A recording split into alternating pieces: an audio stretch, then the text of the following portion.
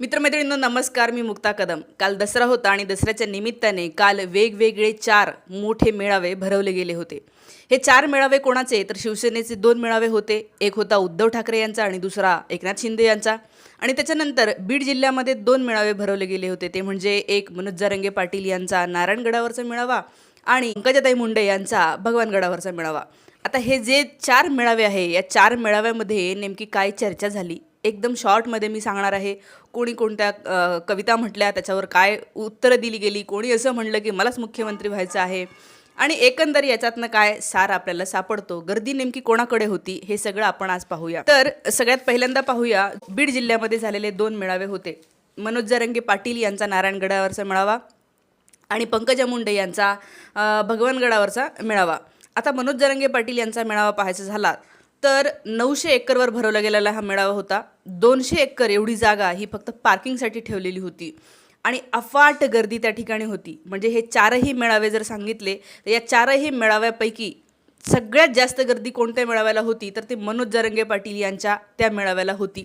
भयंकर गर्दीचे अनेक फोटो व्हायरल झालेले आहेत आणि या ठिकाणी विशेष म्हणजे फक्त बोलणारी व्यक्ती एकच होती, ती म्हणजे मनोज जरांगे पाटील. या ठिकाणी ते काय काय बोलले तर त्यांनी सुरुवातीला तर आपल्या मराठा समाजाला एक राहण्यासाठी विनंती केली, त्यांना जागृत करण्याचं काम केलं. त्यांना हे सांगितलं की आपण इतिहासामध्ये खूप मोठं काम केलेलं आहे, वेळोवेळी अन्यायाविरुद्ध उभं राहिलेला आपला समाज आहे, त्यामुळे आतासुद्धा आपल्याला अन्यायाच्या विरोधात उभं राहायचं आहे, लढायचं आहे, या अर्थाने ते बोलले. त्यानंतर ते असं म्हणाले की शिवाजी महाराजांनी देखील उठाव केला होता, त्यामुळे आपल्याला पण उठाव करावा लागणार आहे.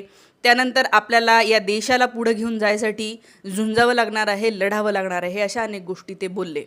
त्यानंतर नुकताच जो निर्णय झाला होता की 15 जातींना OBCमध्ये समाविष्ट करा म्हणून आपल्या राज्याने केंद्राकडे एक प्रस्ताव पाठवला होता, त्याच्यावर सुद्धा ते म्हणाले की बाबा जेव्हा मराठ्यांना OBCत टाका असं म्हणलं तर विरोधक असं म्हणतात की महाविकास आघाडीवाल्यांकडून लिहून आणा मग आम्ही टाकू. तर ते म्हणाले की मग ह्या 15 जातींना टाकलं तेव्हा तुम्ही महाविकास आघाडीकडून लिहून आणलं होतं का? आता कोठे गेले ते लोक की जे म्हणत होते की OBCंवर अन्याय होतो, अत्याचार होतो, OBCंच्या जागा खाल्ल्या जातात, OBCमध्ये गर्दी वाढेल असं म्हणणारे लोक आता कुठे आहे, असं मनोज जरांगे पाटील यांनी या ठिकाणी विचारलं. येस, अर्थातच त्यांची नेहमीची बोलण्याची जी स्टाईल असते ती की बाबा आपल्यासोबत अन्याय झालेला आहे, आपल्याकडे दुर्लक्ष केले या लोकांनी आणि त्यामुळे आता आपल्याला काही ना काहीतरी ठोस पावलं उचलावे लागणार आहे. अर्थातच या ठिकाणी त्यांनी कुठल्याही पक्षाची घोषणा केली नाही, निवडणूक लढण्याचा निर्णय सांगितला नाही किंवा त्यांनी पुढचं काय निवडणुकीच्या दृष्टीने करायचं हेही सांगितलं नाही. ते म्हणाले की एकदा निवडणुका जाहीर होतील, आचारसंहिता लागेल, तेव्हा आपण बघूया की नेमकं काय करायचं, तेव्हा प्लॅन करता येईल या अर्थाने. त्यानंतर दुसरा तो म्हणजे पंकजाताई मुंडे यांचा मेळावा. इथे फोटो दुसरेच लागलेले आहेत एक. तर पंकजा मुंडे यांच्या मेळाव्यामध्ये धनंजय मुंडे हे सुद्धा होते आणि धनंजय मुंडेने आपल्या बहिणीचं खूप कौतुक केलं. ते असं म्हणाले की हा मेळावा गोपीनाथ मुंडे असल्यापासून सुरू झालेला आहे आणि फक्त 12 वर्ष मी नव्हतो. आपल्याला माहिती आहे धनंजय मुंडे वेगळ्या पक्षात होते, पंकजा मुंडे वेगळ्या पक्षामध्ये होत्या आणि ते म्हणतात की 12 वर्षानंतर मी परत या मेळाव्याला आलो आणि एक चांगलं झालं, त्यांनी एक टोला लावलेला आहे शिंदेंना. ते म्हणतात की पण माझ्या डोक्यामध्ये असा विचार नाही आला की आपण वेगळा मेळावा घेऊ, जसे शिवसेनेचे 2 मेळावे भरतात ना, त्यामुळे त्यांनी मला असं वाटतं की इनडायरेक्टली शिंदे यांना टोला लावलेला आहे. आणि ते म्हणतात की पंकजाताई मुंडे यांच्याविषयी सांगायचं झालं तर त्यांनी अनेक गोष्टी सांगितल्या, जवळपास सगळ्यांना सामावून घेण्याचा प्रयत्न केला. आंबेडकरांचं नाव घेऊन काही गोष्टी बोलल्या, शिवाजी महाराजांचं नाव घेऊन काही गोष्टी बोलल्या आणि सांगायचा प्रयत्न केला की आपण सगळे एकच आहोत. कारण आपल्यालाही माहिती आहे की येत्या आता झालेल्या लोकसभेला पंकजा मुंडे या हरल्या होत्या आणि मराठा फॅक्टर, मनोज जरांगे फॅक्टर हा खूप मोठा त्याच्यामध्ये होता आणि म्हणून त्या हरल्या, असंच जे आहे ते आपल्याला दिसतं आहे. त्यामुळे छत्रपती शिवाजी महाराज किंवा छत्रपतींचं आत्ताचं घराणं, साताऱ्याचं घराणं यांचे आपले कसे संबंध चांगले आहेत, अशा अर्थाने त्यांनी मांडणी केली. या ठिकाणी त्यांनी आपल्या मुलाला इंट्रोड्यूस केलं. गोंडस बाळ गोरं गोरं तिथे बसलेलं आहे असं म्हणून त्याला बोलवलं आणि त्या म्हणाल्या की माझं लेकरू आहे.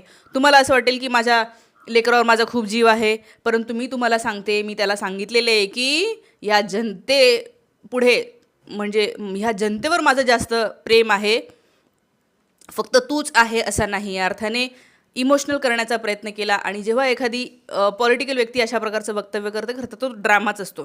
कारण हे इतकं नॅचरल आहे की कुणाही व्यक्तीला आपल्या मुलाबद्दल जास्त प्रेम वाटणं.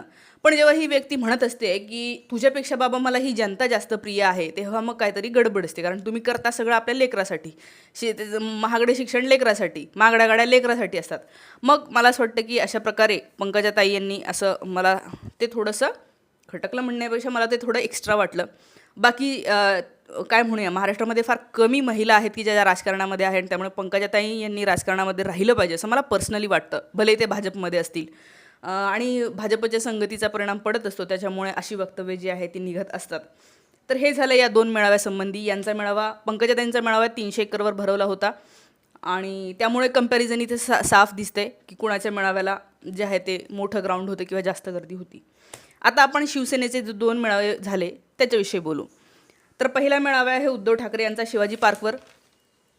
गर्दी कोणाच्या याला जास्त होती तर तुम्ही हा व्हिडिओ बघून घ्या. तुम्हाला इथे दिसतंय की नेमकी गर्दी कोणाला होती, कोणाच्या मेळाव्यामध्ये लोक उठून गेलेले होते, खुर्च्या रिकाम्या होत्या. तर इथे दिसते खालच्या मेळाव्यामध्ये तिथे खुर्च्या ज्या आहेत त्या रिकाम्या होत्या.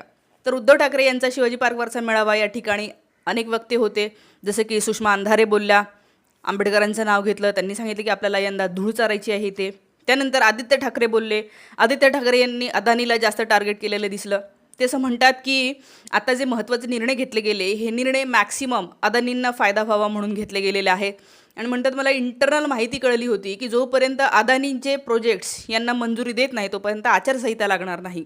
आणि तसंच दिसतं, आपल्या मुख्यमंत्र्यांनी जी घोषणा केली की मुंबईमध्ये आपण सिमेंटचे रस्ते बांधूया, किंवा सिमेंटच्या रस्त्यांचं जे सगळीकडे चाललेलं आहे, तर सिमेंट कंपनी, तुम्हाला माहिती आहे ACC असेल किंवा अंबुजा सिमेंट असेल, याचे मालक कोण आहे? अदानी आहे. म्हणजे सगळ्यात जास्त फायदा कोणाचा होणार आहे याच्यामधनं हे आपल्याला सरळ दिसतं आहे. तर आदित्य ठाकरे यांनी अदानीचं नाव घेऊन जे आहे ते खूप टार्गेट केलेलं दिसतं. त्यांनी सांगितले या सरकारने खूप घोटाळे केले, रस्त्यामध्ये घोटाळे, इतके खड्डे असतात, आनंदाचा शिधा याच्यामध्ये घोटाळे केले, गणवेशामध्ये घोटाळे केलेले आहे. तुम्हाला माहिती आहे की शासकीय शाळांमध्ये गणवेश अजूनही वाटप झालेले नाही आहे. अनेक ठिकाणी, ज्या ठिकाणी वाटप झाले त्या ठिकाणी मोडके तोडके आहे, फाटलेलेच आहे, क्वालिटीच चांगली नाही आहे, सगळ्यांसाठी एकाच मापाचे ड्रेस शिवलेले आहे. त्याच्यामुळे खूप मोठा घोटाळा इथे जो आहे तो सापडतो आहे. मी त्याच्यावर वेगळा व्हिडिओ बनवणार आहे. तर हे झालं आदित्य ठाकरे. त्यानंतर उद्धव ठाकरे बोलायला लागले. उद्धव ठाकरे असं म्हणाले की हे सगळे लांडगे आहेत जे पळून गेलेले आहेत. उद्धव ठाकरे डायरेक्ट शिंदे यांना खूप टार्गेट करतात, कारण की त्यांना माहीत होतं पॅरलली दुसरा मेळावा तिकडे चाललेला आहे. त्यांनी फडणवीसांनाही टार्गेट केलं, शहांचंही नाव घेतलं, मोदींचंही नाव घेतलं आणि त्यांनाही सडेतोड प्रश्न विचारले. पण जे आहे ते सगळ्यात जास्त मला असं वाटतं की कारण पक्षाचं नाव, आपल्या इतके वर्ष बाळगलेलं नाव, इतके वर्ष बाळगलेलं चिन्ह, लोगो पक्षाचा घेऊन गेल्यामुळे त्यांना जी काही वेदना झाली असेल ती त्या सगळ्या त्यांच्या भाषणामधून दिसत होती. आणि ते म्हणाले की यांना गाईला राज्यमाता करायचं आहे, गाईचं हंबरणं यांना दिसतं, पण यांना इथल्या महिलांचं, मुलींचं, आया बहिणींचं हंबरणं दिसत नाही, यांच्यावर इतके अत्याचार होत आहेत, त्याच्यावर हे काय करतायत. आणि पुढे ते म्हणाले, मोदी यांचं नाव घेऊन म्हणाले की तुम्ही म्हणत होता ना लोकसभेच्या वेळेला की हे आमचे मंगळसूत्र चोळून नेतील, तर म्हणतात अरे मुंबईच्या लोकांचे, मुंबईच्या महिलांचे मंगळसूत्र तुम्ही अदानीच्या हातात देत आहात. म्हणजे थोडक्यात मुंबई जी विकली जाते आहे, मुंबईच्या लोकांचा पैसा, टॅक्सचा पैसा हा अदानींच्या जास्त प्रोजेक्ट्सकडे जातो आहे. बरं काम तरी नीट होतं आहे का? तर ते कामही नीट होताना दिसत नाही असं यांना म्हणायचं होतं. आणि ते म्हणतात की अदानीला हे सगळे मंगळसूत्र जात आहेत, तर हे उलटं होत आहे. अशा प्रकारे उद्धव ठाकरे बऱ्याच गोष्टी बोलले. एक खूप महत्त्वाची गोष्ट बोलली ती म्हणजे ही कालची जाहिरात. कालच्या पेपरला ही मोठी जाहिरात जी आहे ती शिंदे यांची होती. इथे त्यांनी लिहिलं आहे, मराठी आपला श्वास, हिंदुत्व आपला प्राण, असे 2 ओळी दिसत आहेत. त्यावर या ज्या 2 ओळी आहे ना त्याच्यात मी अजून 2 ओळी ॲड करतो, आणि मराठी आपला श्वास, हिंदुत्व आपला प्राण, आणि अदानी आमची जान, आणि आम्ही शेठजींचे श्वान, अशा 2 ओळी त्यांनी एक्स्ट्राच्या ॲड केल्या. थोडक्यात कोण श्वान आणि कोण काय हे आपल्याला माहिती आहे. आता बघूया आपले मुख्यमंत्री एकनाथ शिंदे यांचा मेळावा. तर शिंदे यांचा मेळावा आझाद मैदानावर भरवला गेला होता. गर्दी कोणाच्या मेळाव्याला जास्त होती हे आपण या व्हिडिओमध्ये पाहिलेलंच आहे. आणि तेवढी जी आहे ती गर्दी ती तर असायलाच पाहिजे, ते आपले मुख्यमंत्री आहेत, तेवढे लोक तर यायलाच पाहिजे की नाही, नाहीतर काय. तर शिंदे काय काय म्हणाले त्याच्यातलं सगळ्यात जास्त खूप त्यांचं भाषण हसण्यासारखंच होतं. मला खूप हसू आलं बघता. कारण की एक मुख्यमंत्री लेवलचा माणूस, महाराष्ट्रासारख्या इतक्या प्रगत राज्याचा मुख्यमंत्री, आणि बोलताना असं काही ते बोलत होते की म्हणजे 4थीतला विद्यार्थी तरी चांगलं बोलेल. अनेक गोष्टी त्यांनी बोलल्या. ते म्हणतात की माझी दाढी त्यांना खुपते. ही चारोळी खूपच भयानक होती. माझी दाढी त्यांना खुपते. ते म्हणतात की अरे होती दाढी म्हणून संपवली महाविकास आघाडी. संपवली? तुम्हाला लोकसभेला त्यांनी दूर चाळलेली आहे. तुम्ही अर्ध्यावर आले आणि महाविकास आघाडीच्या 31 जागा आल्या 48 पैकी आणि तुम्ही म्हणताय संपवली महाविकास आघाडी. बरं, कविता करायला काय कशा करता येतात. हां, पुढे ते म्हणतात की मी जर बंडखोरी केली नसती तर एवढा विकास दिसला असता का. तर असं. आणि पुढे या मेळाव्यामध्ये एक जे महत्त्वाचं झालं ते म्हणजे एकनाथ शिंदे यांच्याकडून एक ताई होत्या. त्यांच्या मेळाव्याला भाषण करताना त्या असं म्हणाल्या की आता आपल्याला यांनाच परत एकदा मुख्यमंत्री करायचं आहे. म्हणजे महायुतीमध्ये जे आपण म्हणतो की अजून ठरलेलं नाही आहे की मुख्यमंत्री कोण होणार, फडणवीस होणार, अजितदादा होणार की एकनाथ शिंदे होणार. तर या मेळाव्यामध्ये शिंदे यांच्या या ताईंनी असं सांगितलं की एकनाथ शिंदे हा आपला लाडका भाऊ आहे आणि पुन्हा महाराष्ट्राचे मुख्यमंत्री ते बनणार आहेत. अशा अर्थाने त्यांना शुभेच्छा दिलेल्या दिसतात. अधिकृतरित्या या स्टेजवरून ही घोषणा झालेली आहे की परत यांना मुख्यमंत्री व्हायचं आहे. अर्थात उद्धव ठाकरे यांच्या स्टेजवरून सुद्धा संजय राऊत यांनी हे सांगितलं की आपल्याला परत एकदा शिवसेनेचा मुख्यमंत्री करायचा आहे. शिवसेनेचा मुख्यमंत्री असा शब्द वापरला, उद्धव ठाकरे असा शब्द त्यांनी वापरला नाही. तर हे होते 4 मेळावे. 4ही मेळाव्याबद्दल तुम्हाला काय वाटतं कमेंट करून मला नक्की सांगा. व्हिडिओ आवडला जास्तीत जास्त लोकांपर्यंत शेअर करा आणि शक्य असेल तर चॅनलला आर्थिक मदत तुम्ही करू शकता. धन्यवाद.